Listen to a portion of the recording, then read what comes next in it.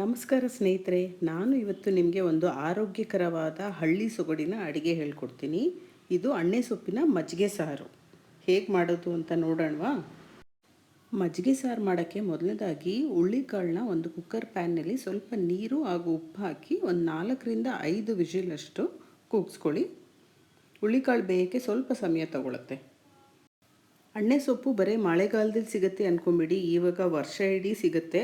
ನಿಮಗೂ ಸಿಕ್ಕಿದ್ರೆ ಈ ಅಡುಗೆನ ಖಂಡಿತ ಮಾಡ್ಕೊಳ್ಳಿ. ನೋಡಿ, ಈ ಥರ ಅಣ್ಣೆ ಸೊಪ್ಪು ಉದ್ದುದ್ದಾಗೂ ಇರುತ್ತೆ, ಸ್ವಲ್ಪ ಅಗಲಾಗೂ ಇರುತ್ತೆ ಎಲೆ. ಅಣ್ಣೆ ಸೊಪ್ಪಿನಲ್ಲಿ ಕಬ್ಬಿಣಾಂಶ ಜಾಸ್ತಿ ಇರುತ್ತೆ. ರಕ್ತಹೀನತೆ ಇರೋರು ಈ ಸೊಪ್ಪನ್ನ ಸೇವನೆ ಮಾಡಿದ್ರೆ ಆರೋಗ್ಯಕ್ಕೂ ಉತ್ತಮ. ಹಾಗೂ ಇದರಲ್ಲಿ ನಾರಿನಂಶ ಕೂಡ ಜಾಸ್ತಿ ಇರುತ್ತೆ. ಮಲಬದ್ಧತೆ ಅಂಥ ಸಮಸ್ಯೆಗಳು ಕೂಡ ಬರಲ್ಲ ಈ ಸೊಪ್ಪು ಸೇವನೆಯಿಂದ. ಜೀರ್ಣಕ್ರಿಯೆ ಕೂಡ ಚೆನ್ನಾಗಾಗುತ್ತೆ. ಸೊಪ್ಪನ್ನ ತೊಳೆದು ಸಣ್ಣದಾಗೆ ಹೆಚ್ಕೊಳ್ಳಿ.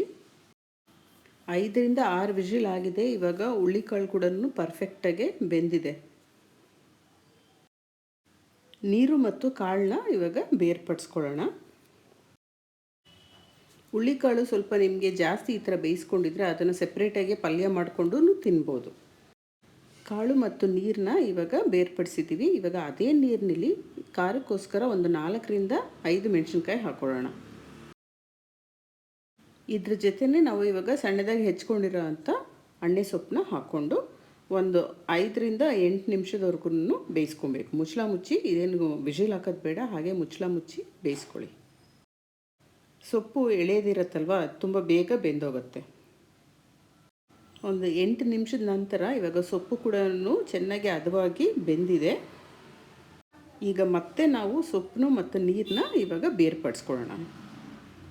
ಸಾಮಾನ್ಯವಾಗಿ ಅಣ್ಣೆ ಸೊಪ್ಪಿನಲ್ಲಿ ಉಪ್ಸಾರು ಮಾಡ್ತೀರಾ, ಇಲ್ಲಾಂದರೆ ಮೊಸೊಪ್ಪು ಮಾಡ್ತೀರಾ ಅಲ್ವಾ? ಈ ಥರನೂ ಮಾಡಿ ತುಂಬ ರುಚಿಯಾಗಿರುತ್ತೆ. ಈಗ ಸ್ವಲ್ಪ ಮಸಾಲೆ ರುಬ್ಬಬೇಕಾಗತ್ತೆ. ಮಸಾಲೆಗೆ ಏನೇನು ಬೇಕು ಅಂದರೆ ಒಂದು ಸ್ವಲ್ಪ ಕೊತ್ತಂಬರಿ ಸೊಪ್ಪು, ಹಸಿ ಕಾಯಿ ತುರಿ, ಬೆಳ್ಳುಳ್ಳಿ ಹಾಗೂ ಕಾಳು ಮೆಣಸು. ಇದ್ರ ಜೊತೆನೇ ನಾವು ಸೊಪ್ಪು ಜೊತೆ ಇವಾಗ ಮೆಣಸಿನ್ಕಾಯಿ ಬೇಯಿಸಿದ್ವಲ್ಲ ಅದನ್ನು ತಗೊಳ್ಳಿ. ಹಾಗೂ ಒಂದು ಸ್ವಲ್ಪ ಅಣ್ಣೆ ಸೊಪ್ಪು, ಬೆಂದಿರೋ ಅಣ್ಣೆ ಸೊಪ್ಪನ್ನು ತಗೊಳ್ಳೋಣ. ಈ ಎಲ್ಲ ಪದಾರ್ಥಗಳನ್ನು ನುಣ್ಣಗೆ ರುಬ್ಕೊಬೇಕು. ಸಾರು ಮಾಡೋಕ್ಕೆ ಇವಾಗ ಮಜ್ಜಿಗೆನೇ ಮೇನ್ ಇಂಗ್ರೀಡಿಯೆಂಟ್ ಅಲ್ವಾ? ನೋಡಿ, ಮಜ್ಜಿಗೆ ಸ್ವಲ್ಪ ಗಟ್ಟಿಗಿರಲಿ, ತುಂಬಾ ತೆಳುವಾಗಿ ಬೇಡ, ತುಂಬಾ ಗಟ್ಟಿಯಾಗಿ ಬೇಡ.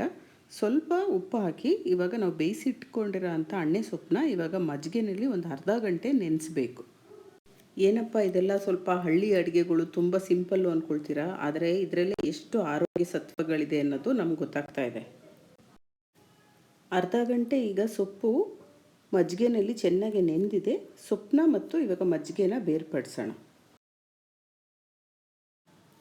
ಮಜ್ಜಿಗೆನಲ್ಲಿ ನೆಂದಿರೋ ಸೊಪ್ಪಿಗೆ ಇವಾಗ ನಾವು ಬೇಯಿಸಿಟ್ಟಿರೋ ಅಂಥ ಹುಳ್ಳಿಕಾಳನ್ನ ಹಾಕ್ಕೊಳ್ಬೇಕು.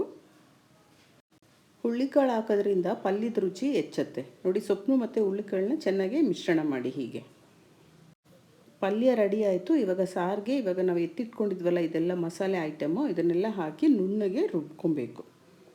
ನೀರು ಏನಾದರೂ ನೀವು ಬೆರೆಸ್ಕೊಬೇಕು ಅಂದರೆ ಅವಾಗ ಹುಳ್ಳಿಕಾಳು ನಾವು ಬೇಯಿಸಿಟ್ಟಿದ್ದೀವಲ್ಲ ಅದೇ ನೀರನ್ನ ಉಪಯೋಗಿಸ್ಕೊಬೋದು. ರುಚಿ ಕೂಡ ತುಂಬ ಚೆನ್ನಾಗಿರುತ್ತೆ. ಮಸಾಲೆ ಎಲ್ಲ ನುಣ್ಣಗೆ ರುಬ್ಬಾಗಿದೆ. ಇವಾಗ ನಾವು ನೆನೆಸಿಟ್ಕೊಂಡಿದ್ವಲ್ಲ ಸೊಪ್ಪು ಮತ್ತು ಮಜ್ಜಿಗೆ, ಅದೇ ಮಜ್ಜಿಗೆಗೆ ಇವಾಗ ಈ ರುಬ್ಬಿರೋ ಅಂಥ ಮಿಶ್ರಣನ ಹಾಕಬೇಕು. ಸಾರಿನ ಪ್ರಮಾಣ ಎಷ್ಟು ಬೇಕೋ ಅಷ್ಟು ನೋಡಿಕೊಂಡು, ನಿಮಗೇನಾದರೂ ಒಂದು ಸ್ವಲ್ಪ ಇದು ಗಟ್ಟಿ ಅನಿಸಿದ್ರೆ ಹುಳ್ಳಿಕಾಳು ಬೇಯಿಸಿದ್ದೀವಲ್ಲ ಅದೇ ನೀರನ್ನ ಒಂದು ಸ್ವಲ್ಪ ಹಾಕ್ಕೊಂಡು ಮಿಶ್ರಣ ಮಾಡ್ಕೊಳ್ಳಿ. ಕಡಿಮೆ ಸಮಯದಲ್ಲಿ ಅತಿ ಸುಲಭವಾಗಿ ಮಾಡ್ಬೋದು. ನೋಡಿ, ಇಷ್ಟು ಆರೋಗ್ಯಕರವಾದ ಈ ಸಾರನ್ನ ಇದನ್ನು ಬಿಸಿ ಬಿಸಿ ಮುದ್ದೆ ಜೊತೆ ನೀವು ತಿಂತಾ ಇದ್ದರೆ, ಆಮೇಲೆ ನೆಂಚ್ಕೊಳ್ಳೋಕ್ಕೆ ಹುಳ್ಳಿಕಾಳು ಮತ್ತು ಅಣ್ಣೆ ಸೊಪ್ಪು ಎಷ್ಟು ಅದ್ಭುತವಾಗಿರುತ್ತೆ ಈ ಕಾಂಬಿನೇಷನ್ನು. ನೀವು ಕೂಡ ಈ ರೆಸಿಪಿ ಟ್ರೈ ಮಾಡಿ ಹೇಗೆ ಬಂತು ಅಂತ ನಮ್ಮ ಕಮೆಂಟ್ ಸೆಕ್ಷನಲ್ಲಿ ತಿಳಿಸಿ. ನಮ್ಮ ಚಾನಲ್ನ ಸಬ್ಸ್ಕ್ರೈಬ್ ಮಾಡಿ.